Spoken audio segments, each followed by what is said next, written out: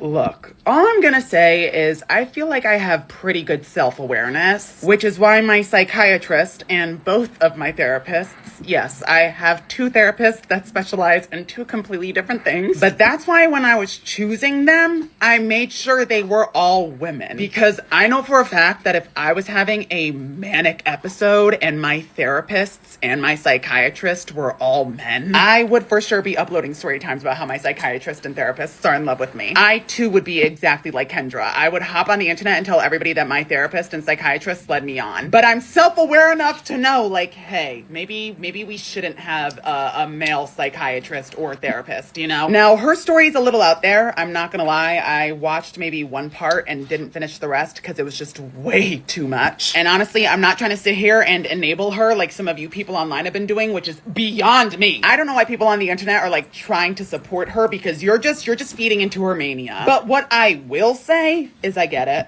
I get it. I'm not defending her. I'm not saying that what she's saying is correct. But what I will say is I have had pretty bad manic episodes. Like manic episodes where I woke up at 4 a.m. on a sidewalk in downtown LA. We're not going to talk about it. But that's why I'm medicated now. Like that's why I have a psychiatrist. That's why I have therapists. So yeah, I'm not trying to sound like these other bitches on here that are kind of like feeding into her mania and giving her reasons to believe her psychiatrist actually did like her. But what I am saying is I get it. Like, I get it. I honestly wasn't even gonna bring this to the internet because this entire situation is above me, but I refuse to sit here and allow people to lie about me behind my back thinking they can just get away with it. All right, so that was a blatant lie, but I had to lie in order to tell you about something real. I got a message from my friend Ahmed in Gaza the other day. If you didn't know, I've been helping and supporting Ahmed's family for over a year now as they navigate through hardships in Gaza, and he messaged me to inform me about a family friend of his, Amani, who is in a desperate situation currently. She's trying to get her kids enrolled in school so they don't lose another year of their lives, but she can't do it without help. On top of that, Gaza has been hit with torrential rain and flooding. Tents were swept away, and families who had already lost their homes to bombing lost what little shelter they had left. Ahmed told me that damaged buildings had collapsed due to the storm and wind, and that killed more than 11 people. People who survived endless bombing were killed by weather because they had no safe place to go to. Every single day brings new suffering for them. And then I received an update from Operation Olive Branch. After weeks of waiting due to a lack of funding, they were able to distribute diapers and formula to 130 children in a massive tent encampment, a camp of 600 tents, and with one visit, they had one small moment of relief, which was delayed because of low funding. This is what aid shortages actually look like. It looks like babies waiting for formula. It looks like kids missing school. It looks like families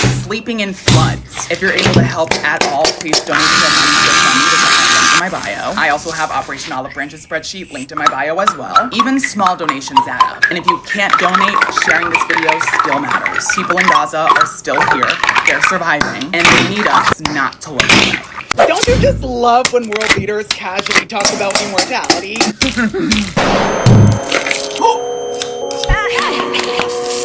While Xi Jinping, Putin, and Kim Jong-un were at a giant military parade where they were flexing and showing off their supersonic missiles, which isn't scary at all.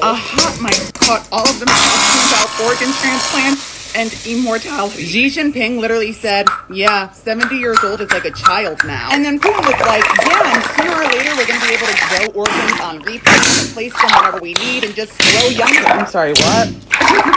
No, I'm sorry, what? Meanwhile, Kim Jong-un is just sitting there third-wheeling while his two buds are having an impromptu conversation about living forever. And of course they'd love immortality, because then they'd never have to give up power. Xi Jinping already axed term limits in China, and he's now serving a third term after removing the 2-term limit from China's constitution. And then in Russia, Putin also changed their constitution so he could rule until 2036. Does that sound eerily familiar?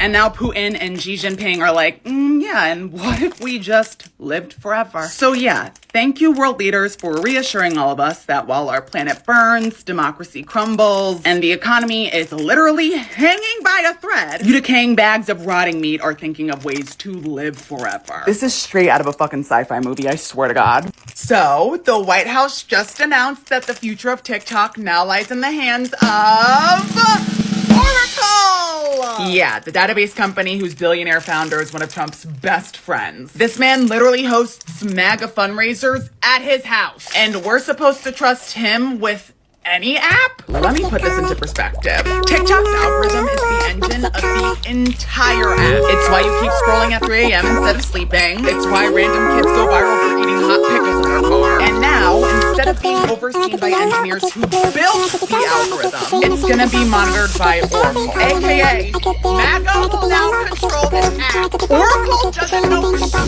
about social media. What they do know is how to please the ultra powerful and wealthy. And you think they're gonna protect your data?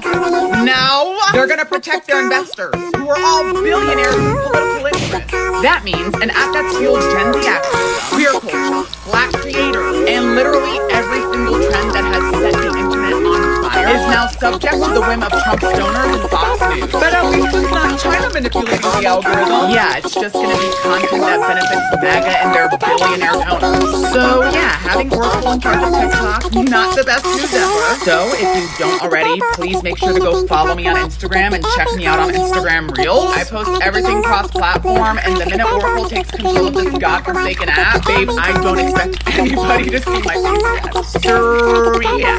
Leave me alone, please. Calm down. I don't have the money. Please, just give me one more week. I don't want to die. I'm actually here to play Would You Rather. Get in quickly before they see you.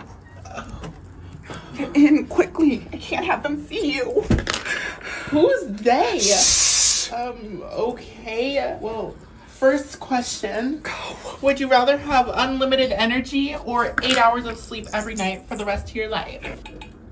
Unlimited energy, babe. Sleep is for people who aren't chronically online. Get your ass up here. Come on, hurry. Okay. Well, would you rather read minds or teleport? Oh, teleport. I don't want to read people's minds. I'm already too insecure. Would you rather fight one horse-sized duck or 100 duck-sized horses? Probably 100 duck-sized horses. That way I can treat it like a cardio class and I can stomp all over them. Okay, well, would you rather give up caffeine forever or give up social media forever? Next question. That was the question. Well, the answer is no. Next question. All right, then we'll just skip that one. Would you rather have perfect skin or perfect hair? Well, you already have both, so no brainer there. Would you rather only whisper or only scream for the rest of your life? And lastly, would you rather win the lottery or have Win the lottery. but you don't want to say it yet? Well, I guess anyone can become a lieutenant nowadays. So I guess you bitches can start calling me Major General Spencer. Because all it takes to jump the entire chain of command is a tech job and a god complex. Doesn't that make you feel safe? Hi everyone, if you're new, welcome. If you're not, you know, time it is, bitch. Time for the daily scream. The U.S. Army commissioned 4 senior executives from Palantir, Meta, and OpenAI as lieutenant colonel. No boot camp, no training, no nothing. These motherfuckers leveled up faster than a 12-year-old camping in Call of Duty's Nuketown with double XP. These motherfuckers flew past every rank like there was a TSA pre-check line at the drafting office. There are people who have spent 20 years in the military and still get called captain. Meanwhile, Sam and now he's technically outranking half the Pentagon. They created a new unit called Detachment 201, and they're calling it the Executive Innovation Tool, which is just fancy MAGA speak for I'm a billionaire tech bro, and now I get to play with grenades. And yeah, they got sworn in wearing military uniforms. But let's be clear, these motherfuckers are not soldiers. These are the type of people that will panic if their Wi-Fi starts acting slow. And now they're supposedly helping modernize the battlefield. Okay, but did the battlefield ask to be turned into a LinkedIn tech demo powered by AI killbots? This is a straight up militarized tech PR stunt, where disaster capitalism and literal warfare are shaking hands in front of a tank sponsored by Palantir. Meanwhile, actual soldiers are getting paid in pennies, lint, and PTSD, while these Silicon Valley tech bros are taking helicopter rides to watch actual army battalions do training exercises. So yeah, if you bitches need me and or I get drafted, I'll be applying for my own military rank via TurboTax. Oh, I know this big back with sleep apnea, 5 chins, and Arby's grease-filled arteries is not the one talking right now. Donald, you waddle through a golf course like a melting ham. And you want to deny immigrants entry into the U.S. because they have health problems? Babe, you look like every pre-diabetic warning ad on late-night television. If diabetes was a demographic, you'd be the spokesperson. Trump's new directive allows visa officers to literally deny immigrants entry into the U.S. because they have things like diabetes, obesity, heart disease, mental mental health conditions. As if the US doesn't already run off of all of those things. And the best part is these visa officers aren't even doctors. The memo literally tells them to develop their own thoughts on what they think